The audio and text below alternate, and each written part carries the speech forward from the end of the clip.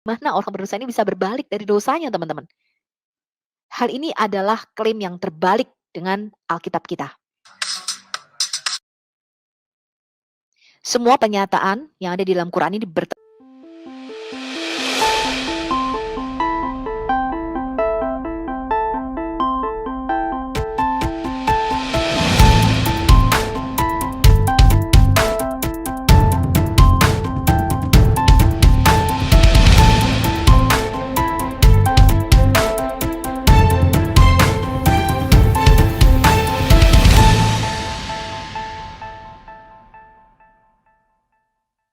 Dukung terus teman-teman pelayanan Al-Hayat Indonesia melalui Patreon. Anda lihat di layar, itu adalah profil daripada Al-Hayat Indonesia.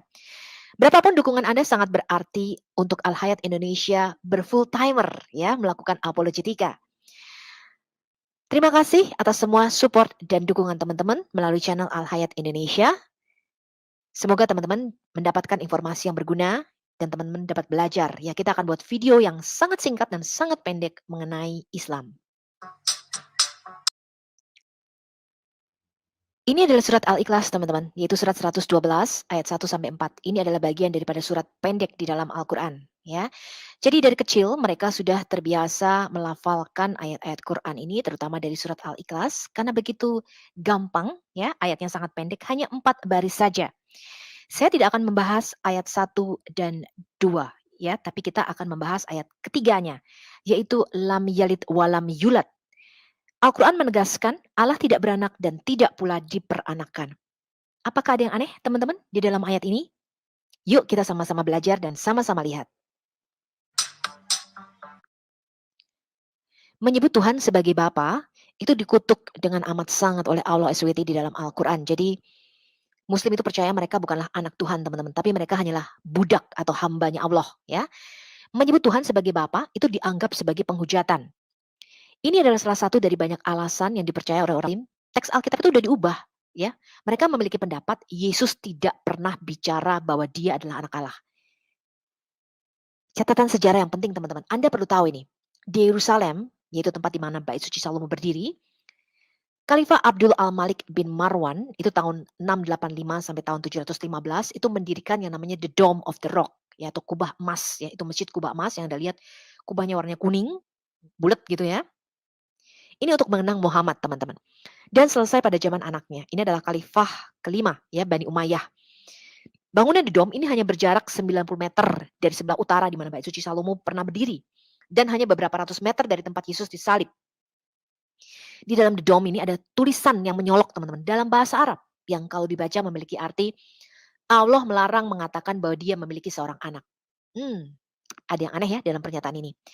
Tapi teman-teman ada rahasia yang penting yang teman-teman Kristen dan Muslim harus ketahui.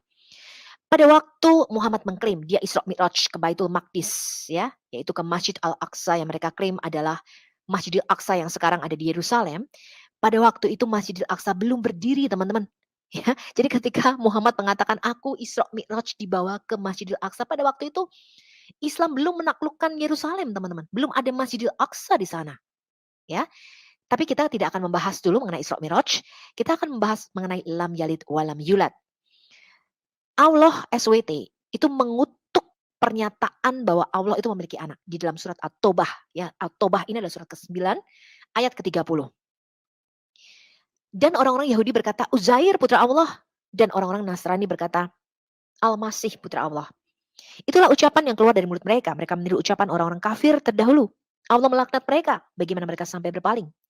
Jadi Muhammad berpikir bahwa di dalam pra-Islam, ya teman-teman, orang-orang suku Quraisy, mereka itu mempunyai konsep bahwa Allah, yaitu merupakan dewa Hubal, dewa tertinggi di Ka'bah, itu memiliki 3 orang putri, teman-teman. Alat, Al-Manat, dan Al-Uzza. Ya. Jadi Muhammad berpikir kenapa ya orang-orang Kristen ini juga mengatakan bahwa Allah ini punya anak. Ini adalah kebingungan daripada baginda Nabi mereka. Di sini kita harus berpikir, teman-teman. Ada satu hal penting yang harus dijawab. Siapakah Allah ini di dalam Quran yang langsung mengutuk mereka yang percaya bahwa Yesus adalah anak Allah? Mungkinkah dia adalah Tuhan yang sama yang berbicara di dalam Alkitab? Jika Alkitab dan Al-Quran memiliki penulis yang sama, mengapa keduanya sangat jelas berbicara hal yang bertentangan? Jadi kalau ada dua klaim yang bersamaan, ya, kemudian mengaku dari sumber yang satu dan yang sama, tetapi klaimnya ini bertentangan, maka yang pasti teman-teman salah satu dari klaim ini adalah benar dan yang lain salah. Tidak mungkin kedua-duanya benar. Bisa jadi kedua-duanya salah teman-teman, ya. Alkitab bisa salah, Al-Quran bisa salah. Tetapi tidak mungkin Alkitab dan Al-Quran benar secara bersamaan. Sebab klaimnya sangat bertentangan. Sekarang kita lihat dulu apa kata Alkitab, teman-teman. Kita melihat dan mempertimbangkan kesaksian dari malaikat Gabriel yang mengunjungi Maria pada waktu itu. Sesungguhnya engkau akan mengandung dan akan melahirkan seorang anak laki-laki dan hendaklah engkau menamai dia Yesus. Ini adalah kata Yunani, ya, dari nama Ibraninya Yeshua, ya. Dia akan menjadi besar dan akan disebut anak Allah yang maha tinggi. Dan Tuhan Allah akan mengaruniakan kepadanya tahta Daud, bapa leluhurnya. Dan Maria berkata kepada malaikat itu, bagaimana hal ini akan terjadi karena aku belum mengenal laki-laki. Jadi dia masih seorang perawan, ya teman-teman. Dan sambil menjawab, malaikat itu berkata kepadanya, Roh Kudus akan turun ke atasmu dan kuasa yang maha tinggi akan menaungi engkau. Karena itu anak yang akan dilahirkan itu disebut kudus, dia akan disebut anak Allah. Sekarang kita akan melihat kesaksian lain, teman-teman. Kesaksian Bapa dari surga. Ya, 3 kali di dalam Alkitab kita dicatat Bapa itu memperdengarkan suaranya dari surga.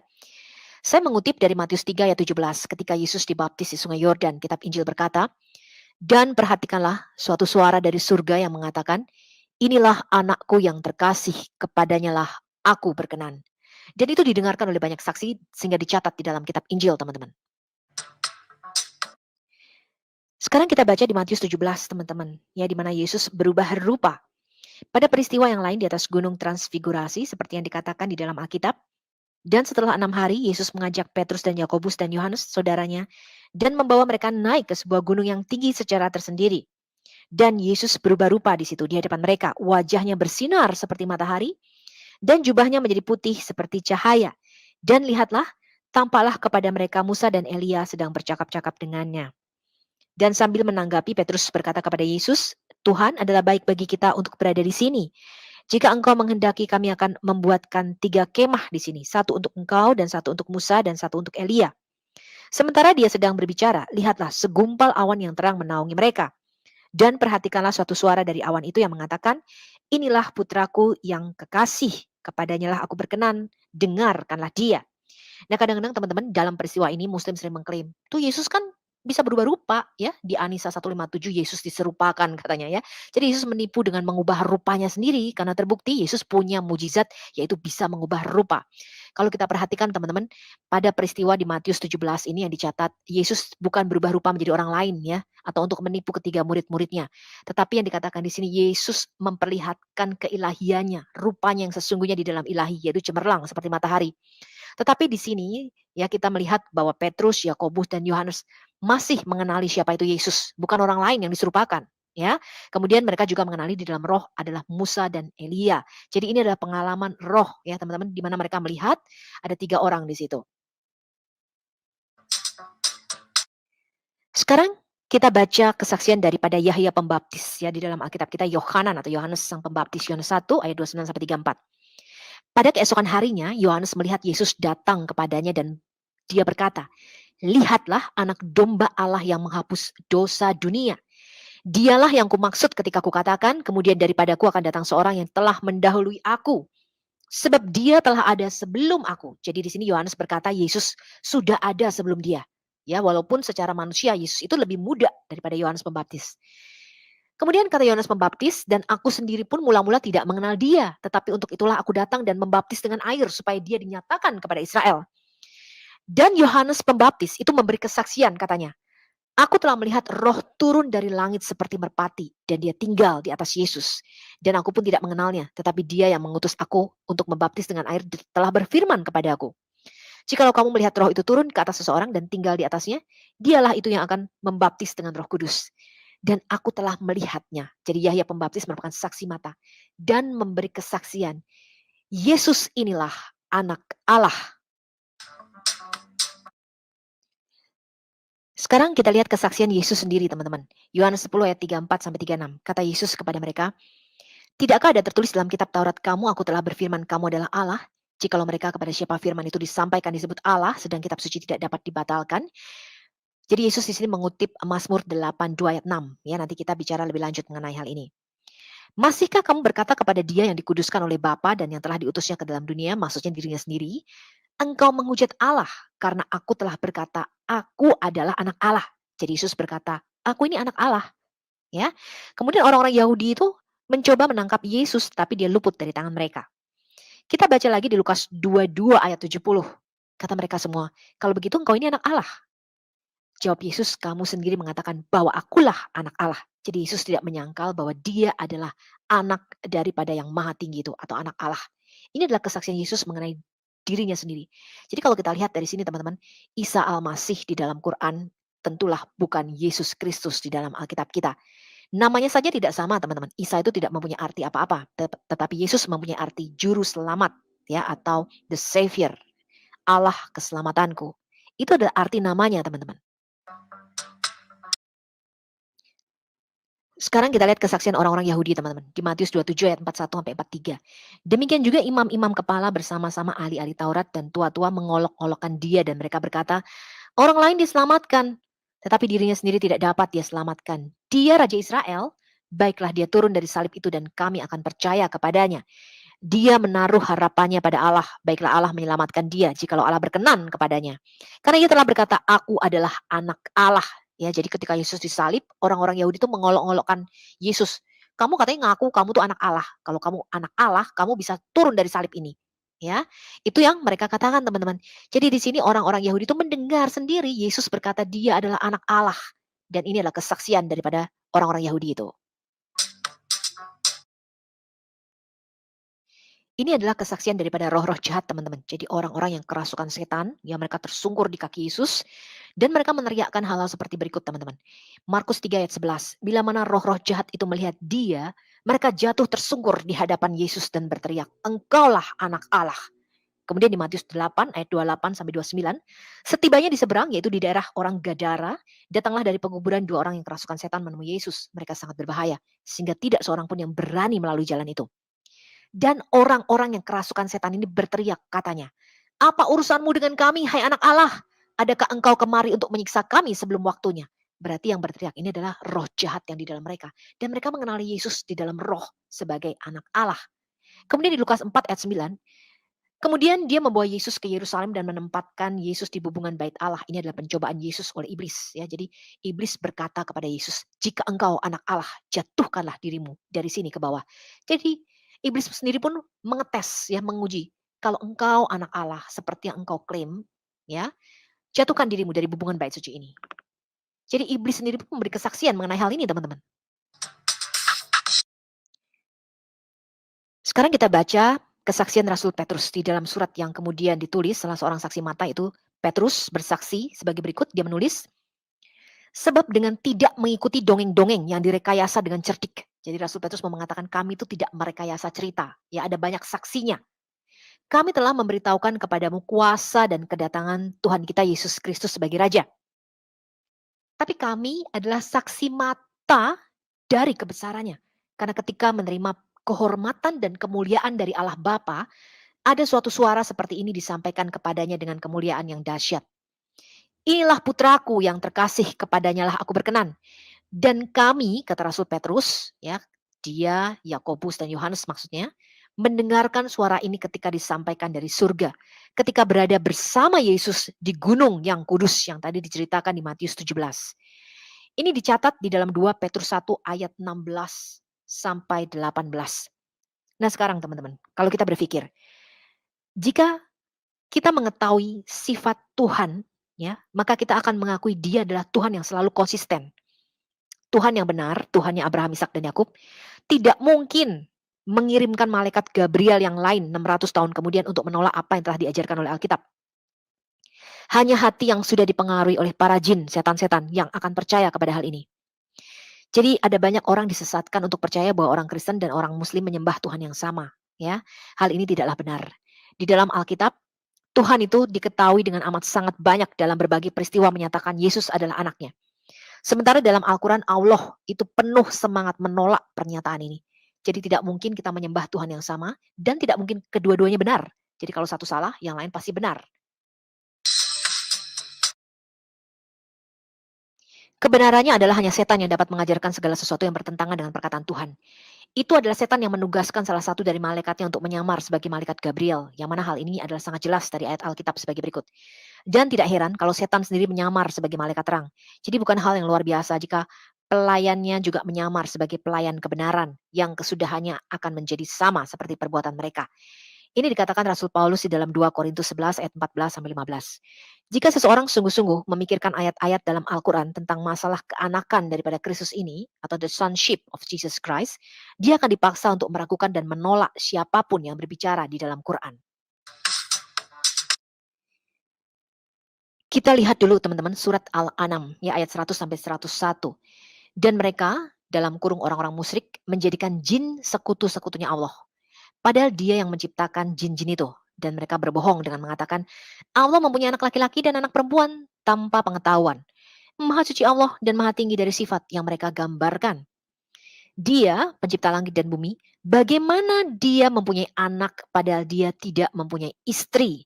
Dia menciptakan segala sesuatu dan dia mengetahui segala sesuatu. Jadi kata atau terjemahan yang benar, istri di sini adalah sahibah. Sahibah itu artinya pasangan perempuan. Jadi di sini Muhammad berkata bagaimana Allah itu mempunyai anak padahal dia tidak mempunyai pasangan perempuan. Di dalam benak Muhammad ya bahwa kalau Allah mempunyai anak berarti dia harus punya pasangan, dia harus kawin dan dia harus punya anak sama seperti manusia biasa. Oke, sekarang kalau kita pikirkan baik-baik, Allah berkata bagaimana dia bisa punya anak sedang dia tidak punya istri. Ini firman yang dikirim oleh Allah. Allah bertanya bagaimana dia bisa punya anak sedangkan dia tidak punya sahibah atau pasangan perempuan. Tapi mengapa di dalam Quran dicatat Tuhannya Maryam bisa membuat Maryam punya anak tanpa pasangan laki-laki atau tanpa suami. Dan Allah di dalam Quran mengatakan itu mudah bagi dia. Jadi hal ini adalah kontradiksi di dalam Quran. Di satu sisi Allah berkata, kalau dia mau punya anak berarti dia harus punya pasangan perempuan atau sahibah. Tapi di sisi yang lain, di dalam Quran dicatat Maryam mempunyai anak tanpa suami. Ini adalah hal yang sangat aneh. Kita pikirkan baik-baik. Jadi, jika umat Yahudi dan umat Kristen mengerti bahwa konsep anak Allah itu artinya adalah Allah yang menampakkan diri dalam rupa hamba atau rupa manusia. Dan ketika orang Yahudi dan Kristen berkata, kami adalah anak-anak Allah, artinya kami adalah orang-orang yang dicintai atau dikasihi oleh Allah. Sehingga dia mau memanggil kita sebagai anaknya. Ini dicatat di dalam surat Al-Maidah, ya, surah kelima ayat 18. Orang Yahudi dan Nasrani berkata kami adalah anak-anak Allah dan kekasih-kekasihnya. Sudah dengan jelas di sini, ya, bahwa ketika orang Yahudi dan Nasrani atau orang Kristen berkata kami adalah anak-anak Allah, itu bukan berarti Allah nikah, punya pasangan perempuan, punya sahibah, dan kami inilah hasil dari pernikahan tersebut. Tidak begitu konsepnya. Tetapi Allah di dalam Quran ini tidak mengerti konsep ini, teman-teman. Kita baca di Galatia 4 ayat 4-7. Kenapa kita disebut anak-anak Allah?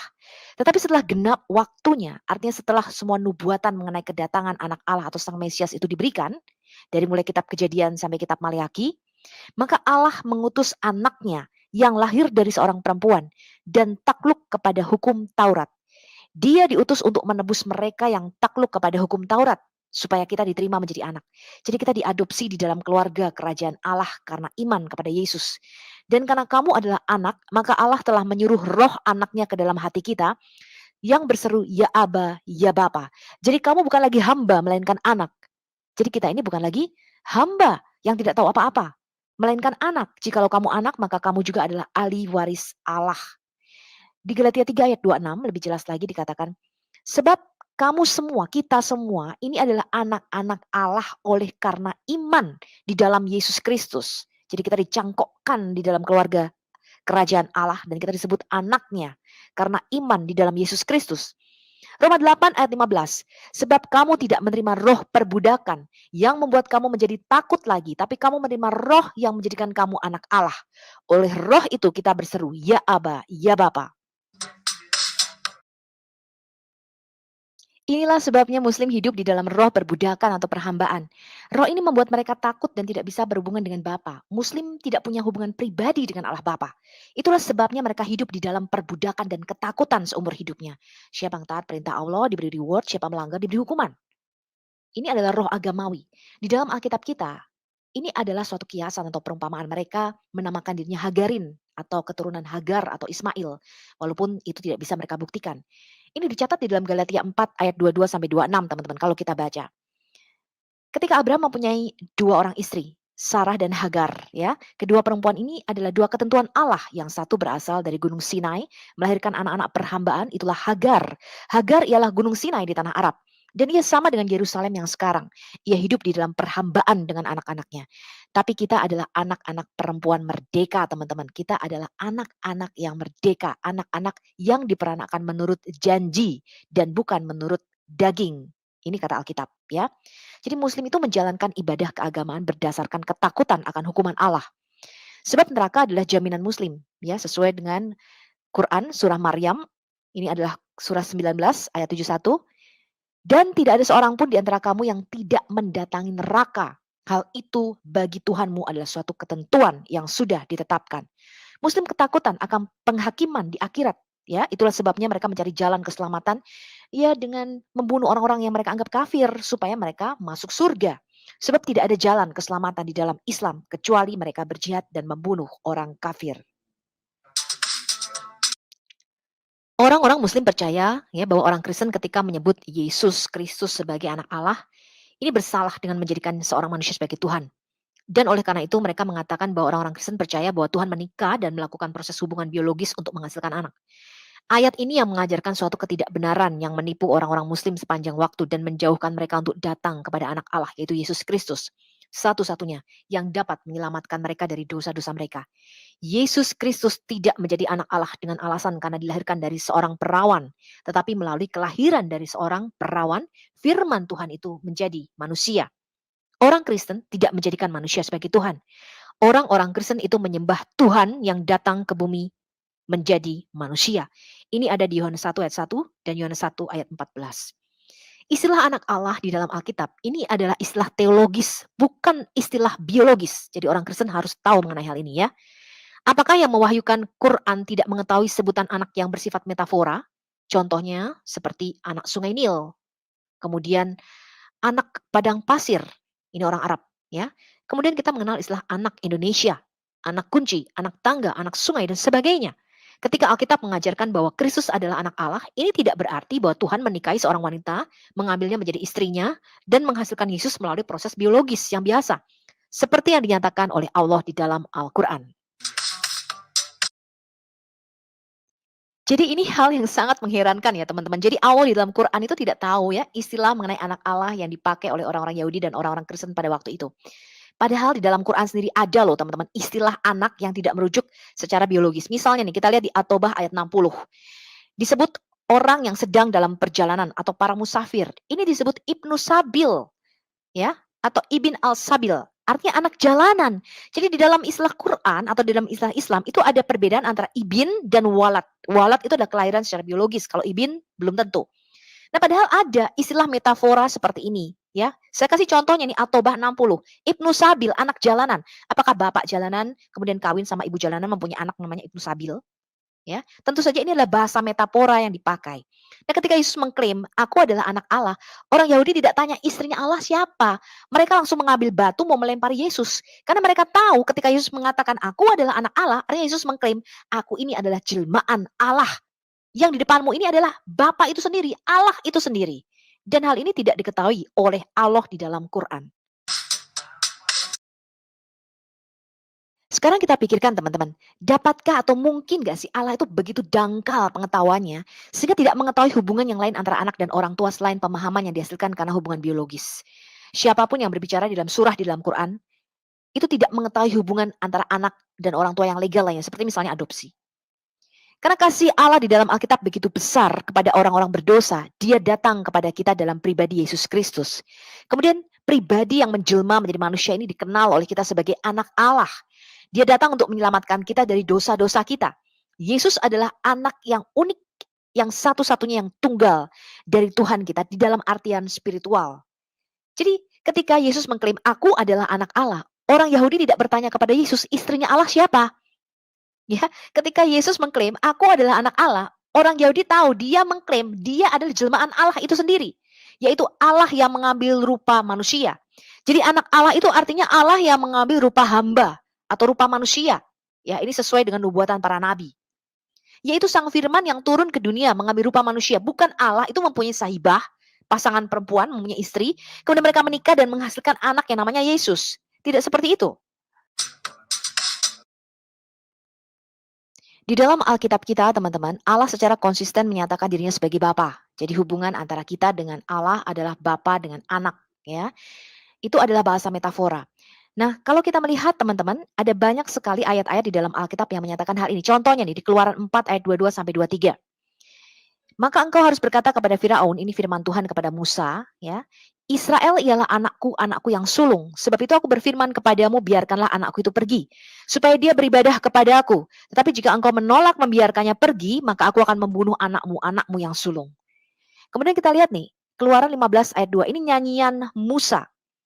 Yahweh itu kekuatanku dan mazmurku, dia telah menjadi keselamatanku. Dia Allahku, kupuji dia. Dia Allah Bapakku, kuluhurkan dia. Kemudian Ulangan 32 ayat 6. Demikianlah engkau mengadakan pembalasan terhadap Yahweh, hai bangsa yang bebal dan tidak bijaksana. Bukankah dia Bapamu yang mencipta engkau, yang menjadikan dan menegakkan engkau? Jadi di dalam Alkitab kita, para nabi menyebut Allah sebagai Bapa bukan karena dia laki-laki, tapi karena dia adalah sumber segala sesuatu dan dialah pencipta kita. Ya, maka kita memanggil dia Bapa kita. Karena dari dia kita berasal, kita dijadikan. Kemudian kesaksian para nabi ini. Ini Yesaya 63 ayat 16. Bukankah engkau Bapa kami? Sungguh Abraham tidak tahu apa-apa tentang kami dan Israel tidak mengenal kami. Ya Yahweh, engkau sendiri Bapa kami, namamu ialah penebus kami sejak dahulu kala. Kemudian di dalam Yohanes 8 ayat 54, Yesus berkata, jikalau aku memuliakan diriku sendiri, maka kemuliaanku itu sedikit pun tidak ada artinya. Bapakulah yang memuliakan aku. Tentang siapa kamu berkata dia adalah Allah kami. Jadi Yesus berkata, Bapa ya, yang kau sebut Allah kami itu adalah Bapakku, artinya aku berasal dari Dia. Jadi apa artinya ketika kita menyebut Allah sebagai Bapa? Jawabannya ada di 1 Korintus 8 ayat 6. Namun bagi kita hanya ada satu Allah saja, yaitu Bapa, yang daripadanya berasal segala sesuatu dan yang untuk Dia kita hidup. Jadi Allah kita sebut Bapa bukan karena Dia laki-laki atau perempuan, di dalam roh tidak ada gender. Allah kita sebut Bapa karena dialah yang menciptakan kita. Daripada dialah kita berasal. Dia adalah sumber segala sesuatu. Dan hanya ada satu Tuhan saja, yaitu Yesus Kristus, yang olehnya segala sesuatu telah dijadikan, dan yang karena dia kita hidup. Karena Allah itu hanya ada satu, maka firman-Nya juga hanya ada satu. Allah yang menampakkan diri dalam rupa manusia itu hanya Yesus. Tidak ada Allah lain selain dia. Itu maksudnya. Kemudian di 2 Korintus 6 ayat 18, dan aku akan menjadi bapamu dan kamu akan menjadi anak-anakku laki-laki dan anak-anakku perempuan. Demikianlah firman Tuhan yang Maha Kuasa. Nah, di sini kita lihat Alkitab mulai dari kitabnya Yahudi, ya, Tanak atau Perjanjian Lama sampai Perjanjian Baru, secara konsisten menyatakan Allah sebagai Bapa kita, yaitu sebutan untuk menyatakan daripada dialah kita berasal. Jadi bukan seperti pandangan Quran, ya. Allah di dalam Quran, ya, ketika dia menyebut, kenapa kamu memanggil aku seperti Bapak? Istrinya siapa? Tidak seperti itu, teman-teman. Nah, ini adalah klaim yang bertentangan dengan Alkitab kita. Nah, sekarang Anda pilih, siapa Tuhan yang benar dan Tuhan yang sejati? Apakah Tuhan yang mewahyukan dirinya di dalam Alkitab secara konsisten, atau Tuhan di dalam Quran yang tidak tahu mengenai istilah Bapa dan keanakan Yesus Kristus? Jadi jelas ya teman-teman ya, di dalam Alkitab kita Bapa itu artinya sumber segala sesuatu, asal muasalnya itu dari situ. Makanya ada orang yang mengatakan dasar kamu anak setan gitu ya. Bukan berarti dia menikah sama setan lalu punya anak namanya anak setan. Kan nggak begitu ya. Artinya tuh sumbernya tuh dari setan gitu ya. Karena kelakuan tingkah lakunya seperti setan. Nah, contohnya di dalam Alkitab kita nih teman-teman. Iblis adalah bapamu. Ini adalah ungkapan metafora, bahasa metafora. Contohnya di Yohanes 8 ayat 44. Yesus berkata, iblislah yang menjadi bapamu, ya, dan kamu ingin melakukan keinginan-keinginan bapamu. Dia adalah pembunuh manusia sejak semula dan tidak hidup di dalam kebenaran. Sebab di dalam iblis itu tidak ada kebenaran. Apabila dia berkata dusta, dia berkata atas kehendaknya sendiri. Sebab apa? Dia adalah pendusta dan bapa segala dusta. Nah, siapakah antikris di dalam Alkitab kita, teman-teman? Kalau Muhammad menyangkal ya keanakan atau the sonship of Jesus Christ ini, Alkitab menyatakan dengan jelas, ini adalah ajaran antikris atau antikristus. 1 Yohanes 2 ayat 22. Siapakah pendusta itu? Bukankah dia yang menyangkal bahwa Yesus adalah Kristus? Dia itu adalah antikristus, yaitu dia yang menyangkal baik Bapa maupun Anak. Oke, jadi dengan jelas Alkitab mengatakan ya, seperti di 1 Timotius 3 ayat 16. Dan sesungguhnya agunglah rahasia ibadah kita. Itu tidaklah terbantahkan. Bahwa apa? Allah telah dinyatakan di dalam daging. Allah yang dinyatakan di dalam daging atau yang nuzul menjadi manusia, mengambil rupa manusia, ini disebut anak Allah. Yang kita kenal di dalam nama Yesus Kristus. Dibenarkan di dalam roh, terlihat oleh para malaikat, diberitakan di antara bangsa-bangsa, dipercaya di dalam dunia, diangkat dalam kemuliaan. Ya, jadi dengan jelas anak Allah artinya Allah yang menyatakan dirinya di dalam rupa manusia atau di dalam daging. Orang-orang muslim tidak dapat membayangkan ya, Tuhan mengasihi orang-orang berdosa, yang karena hal ini Tuhan itu turun, datang ke dalam dunia secara pribadi sebagai anak, untuk menyelamatkan orang-orang berdosa. Jadi bagi orang-orang muslim, ini adalah bukti dari politeisme. Karena di dalam Islam, mereka tidak diajarkan ya di dalam Quran bahwa Allah itu mengasihi orang-orang berdosa. Ya, ini sesuai dengan surat sapi betina Al-Baqarah 190. Bahwa Allah itu tidak mengasihi orang-orang yang berbuat dosa. Hal ini diulangi 24 kali sebagai tekanan di dalam Quran bahwa Allah tidak mengasihi orang-orang yang tidak percaya. Ya, contohnya di Al-Imran ayat 31 dan bahwa dia menyumbat telinga mereka, menutup hati mereka dan membutakan mata mereka. Ya, ini di Al-Baqarah ayat 6 sampai 7. Jadi di dalam Alkitab kita, Allah itu mengasihi orang berdosa dan datang bagi kita. Maka Yesus berkata, "Aku turun, aku datang ke dalam dunia supaya kamu mempunyai hidup." Ya. Bukan orang sehat yang memerlukan tabib, kata Yesus, tetapi orang sakit. Aku datang bukan untuk orang benar, tapi untuk orang berdosa. Allah itu membenci dosa, teman-teman, di dalam Alkitab kita. Tetapi dia mengasihi orang berdosa. Tetapi di dalam Quran tidaklah demikian. Ya, bahkan orang-orang berdosa itu tidaklah diberikan petunjuk oleh Allah. Tidaklah diberikan petunjuk, tidaklah diberikan wahyu oleh Allah. Ya, bahkan disesatkan dikatakan. Nah, kalau Allah aja menyesatkan orang yang berdosa, bagaimana orang berdosa ini bisa berbalik dari dosanya, teman-teman? Hal ini adalah klaim yang terbalik dengan Alkitab kita. Semua pernyataan yang ada di dalam Quran ini bertentangan secara langsung ya dengan apa yang diajarkan di dalam Alkitab yang mengatakan bahwa namun Allah menunjukkan kasihnya sendiri kepada kita. Bahwa ketika kita masih berdosa, Kristus telah mati bagi kita. Ini ada di Roma 5 ayat 8. Jadi tema utama di dalam Alkitab adalah sebab begitu besar kasih Allah akan dunia ini sehingga dia mengaruniakan anak yang tunggal. Supaya setiap orang yang percaya kepadanya tidak binasa, melainkan beroleh hidup yang kekal. Yohanes 3 ayat 16. Apakah saudara seorang yang berdosa? Saudara mengetahuinya sendiri dari dalam hatimu. Ya, siapakah saudara yang sebenarnya? Saudara juga tahu di dalam hati saudara bahwa tanpa penggantian darah tidak ada pengampunan. Tetapi di dalam semua dosa saudara yang menjengkelkan, Allah di dalam Alkitab mengasihimu dan telah membuat jaminan untuk keselamatanmu melalui pengorbanannya yang paling sempurna dengan menggantikan melalui darah Yesus, anaknya yang satu-satunya. Sampai jumpa di video berikutnya. Islamologi 002.